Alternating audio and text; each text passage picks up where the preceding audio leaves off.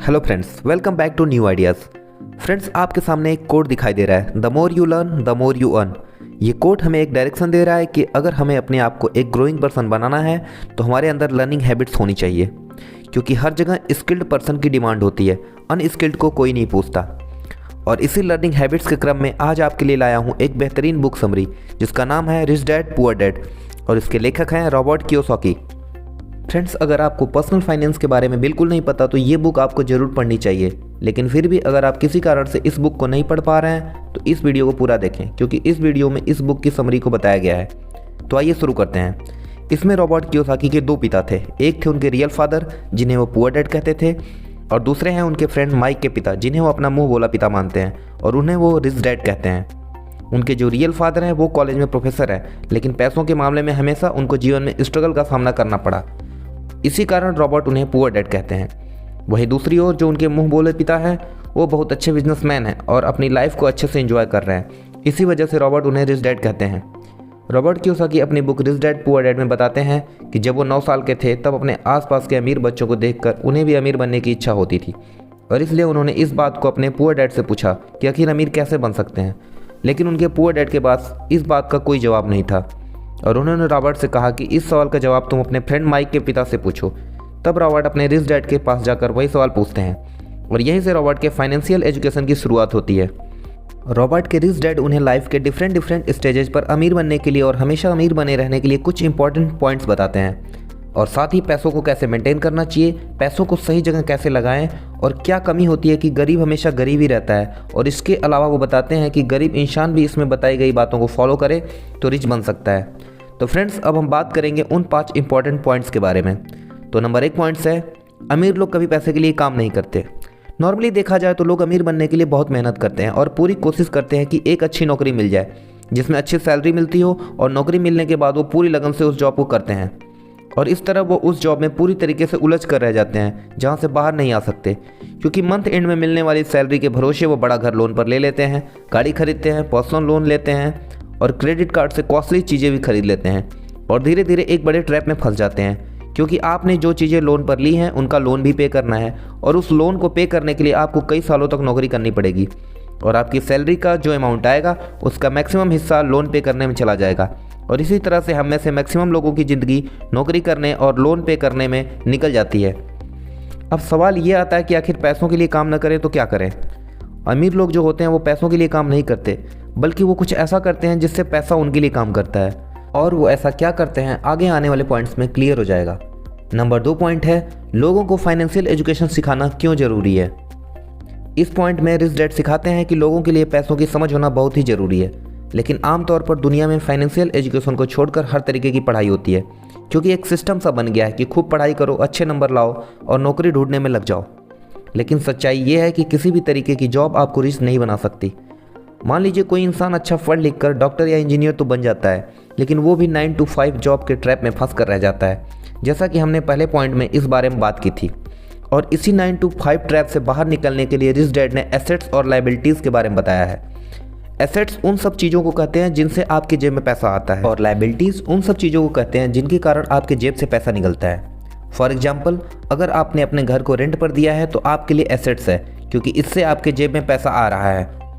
और अगर आपने कार खरीदी है तो वो आपके लिए लायबिलिटीज़ है, क्योंकि यहाँ पैसा आपकी जेब से जा रहा है। और अमीर बनने के लिए जो सबसे इंपॉर्टेंट चीज़ है वो ये है कि आप ज़्यादा से ज़्यादा एसेट खरीदें और लायबिलिटीज़ को जितना हो सके कम करें। ये सब बातें दुनिया के किसी भी स्कूल में नहीं सिखाई जाती। वहाँ तो बस जॉब कैसे हासिल करें यही सिखाया जाता है। ये कभी भी नहीं सिखाया जाता कि अपने पैसों को कैसे ग्रो कराया जाए। इसलिए फाइनेंशियल एजुकेशन के बारे में सीखना बहुत ही ज़रूरी है। तीसरा पॉइंट है, अपने काम से काम रखो।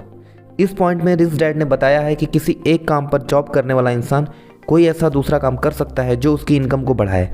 इसके लिए ज़रूरी नहीं कि शुरुआत बड़े लेवल से ही की जाए, क्योंकि सबके पास इतना पैसा नहीं होता।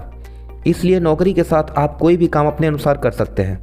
फॉर एग्जाम्पल, अगर कोई व्यक्ति स्कूल में टीचर है तो वो उसका प्रोफेशन है, न कि बिजनेस। उसका अपना काम वो होगा जब वो खुद स्टार्ट करेगा। एक बार मैकडोनाल्ड के फाउंडर रे क्रोक MBA के क्लास में स्पीच दे रहे थे। स्पीच के दौरान उन्होंने स्टूडेंट्स से पूछा कि क्या आपको पता है कि मैं क्या बिजनेस करता हूँ। तो सभी स्टूडेंट्स ने एक ही जवाब दिया कि आप हैमबर्गर के बिजनेस में हो। इस जवाब से रे क्रोक को हंसी आ गई और उन्होंने कहा कि मैं हैमबर्गर के बिजनेस से नहीं हूँ, मेरा काम रियल एस्टेट का है।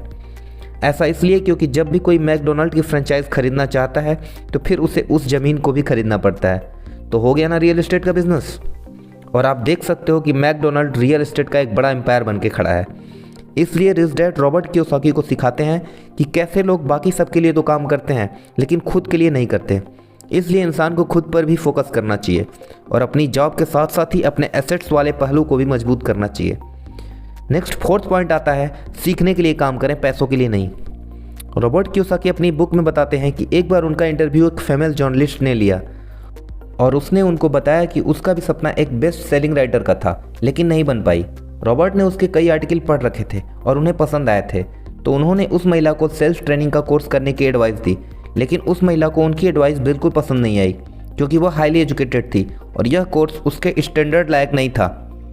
रॉबर्ट कहते हैं कि यह दुनिया बहुत से टैलेंटेड लोगों से भरी पड़ी है, लेकिन पॉइंट यह है कि पैसा कमाने के लिए टैलेंटेड होने की ज़रूरत नहीं होती, बल्कि आप उस टैलेंट को कैसे यूज़ करते हो यह आपको पता होना चाहिए। और जब तक आप ये नहीं जानोगे तब तक आपका सारा टैलेंट बेकार है।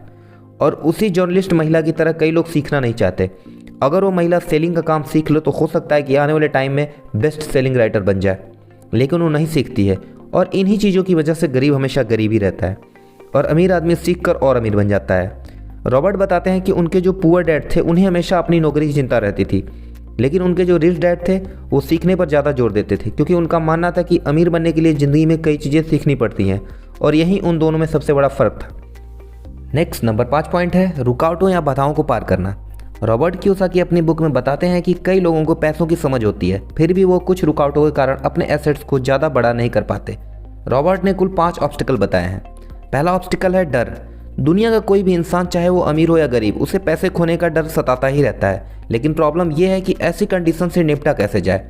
अमीर और गरीब के बीच सबसे बड़ा फ़र्क यही होता है कि वो अपनी असफलता का मुकाबला कैसे करते हैं। दूसरा जो ऑब्स्टिकल है वह है डाउट। हर किसी के मन में पैसे को इन्वेस्ट करते समय यह डाउट रहता है कि अगर पैसा मैंने इन्वेस्ट किया और वो डूब गया तो, या फिर क्या होगा अगर सब कुछ मेरे बनाए गए प्लान के हिसाब से ना हुआ तो। इस तरह के सवालों से हम डर जाते हैं और जिस भी काम को करने की सोचते हैं उसे शुरू ही नहीं कर पाते और इसी तरह कई मौके हमारे सामने से निकल जाते हैं और हम देखते रह जाते हैं। तीसरा ऑब्स्टिकल है आलस। आलस इंसान का सबसे बड़ा दुश्मन है और यह इंसान को लाइफ में कभी आगे नहीं बढ़ने देता। रॉबर्ट कहते हैं कि जो सबसे ज़्यादा बिजी होता है असल में वो सबसे ज़्यादा आलसी भी होता है। ज़िंदगी में हर समय पैसों के लिए काम करने वाले लोगों को यह समझना चाहिए कि किसी भी चीज़ की अति गलत होती है। चौथा ऑब्स्टिकल है बुरी आदतें। रॉबर्ट कहते हैं कि अगर किन्हीं 2 लोगों के बीच कंपैरिजन किया जाए तो उनकी आदतों में काफ़ी फ़र्क होता है। साथ ही रॉबर्ट ये भी कहते हैं कि वो सबसे पहले खुद को पैसे पे करते हैं और इसी वजह से वो खुद को फाइनेंशियली और इमोशनली ज़्यादा स्ट्रांग फील करते हैं। उनका कहने का मतलब ये है कि अगर आपके पास पैसे आते हैं तो सबसे पहले अपने सेविंग और इन्वेस्टमेंट के पैसों को अलग कर लें, उसके बाद अपने बिलों को चुकाएं। अगर आपको अमीर बनना है तो ये आदतें आपको डालनी ही होगी, भले ही आपके पास कम पैसे ही क्यों ना आए। तो पहले खुद को पे करो, फिर सारे दूसरे काम करो। इससे आपका पैसा भी बढ़ेगा और अर्निंग के नए ऑप्शन आपके सामने आएंगे जिनसे आपको भरपूर फ़ायदा मिलेगा। 5वां ऑब्स्टिकल है अहंकार। रॉबर्ट के रिच डैड कहते हैं कि कुछ लोगों के पास अहंकार बहुत ज़्यादा होता है और इसका यूज़ वो अपनी अज्ञानता को छुपाने के लिए करते हैं। वो कहते हैं कि मेरे पास जो नॉलेज है उसी के कारण मैं पैसे बना पाता हूँ और जिन चीज़ों को मैं नहीं जानता उनकी वजह से अपने पैसों को गंवा देता हूँ। इसलिए अगर किसी चीज़ की जानकारी आपको अच्छे तरीके से नहीं है तो अपने ईगो को छोड़कर उस चीज़ को अच्छे तरीके से सीखें। इसलिए अगर आप इन चीज़ों को फॉलो करते हैं तो आप बहुत बड़े नुकसान से बच सकते हैं। चलिए अब हम इस वीडियो की समरी देख लेते हैं। तो आपने देखा कि रॉबर्ट कियोसाकी के 2 पिता थे और रॉबर्ट ने अपने रिच डैड से जो कुछ भी सीखा उन्होंने अपनी बुक में बताया है। तो नंबर 1 पॉइंट था कि अमीर लोग पैसों के लिए काम नहीं करते। नंबर 2 था लोगों को फाइनेंशियल एजुकेशन सिखाना क्यों ज़रूरी है, और इसमें हमने बात की थी कि अमीर बनने के लिए एसेट्स खरीदने पड़ेंगे और लायबिलिटीज़ को कम करना पड़ेगा। नंबर 3 था अपने काम से काम रखो। नंबर 4 था सीखने के लिए काम करें, पैसों के लिए नहीं। और लास्ट पॉइंट था रुकावटों और बाधाओं को पार करना, और इसमें रॉबर्ट कियोसाकी ने 5 ऑब्स्टिकल बताए थे जिनकी वजह से आप अपने कैपिटल को बड़ा नहीं कर पाते। और वो 5 ऑब्स्टिकल हैं fear, doubt, laziness, bad habits और ईगो। तो फ्रेंड्स, ये बुक समरी आपको कैसी लगी ज़रूर बताएं, और अगर आपने अभी तक इस चैनल को सब्सक्राइब नहीं किया है तो प्लीज़ लाइक और सब्सक्राइब कर दें और नोटिफिकेशन बेल को प्रेस कर दें जिससे हमारी हर वीडियो आप तक पहुंच सके। मिलते हैं आपसे नेक्स्ट वीडियो में। जय हिंद, जय भारत।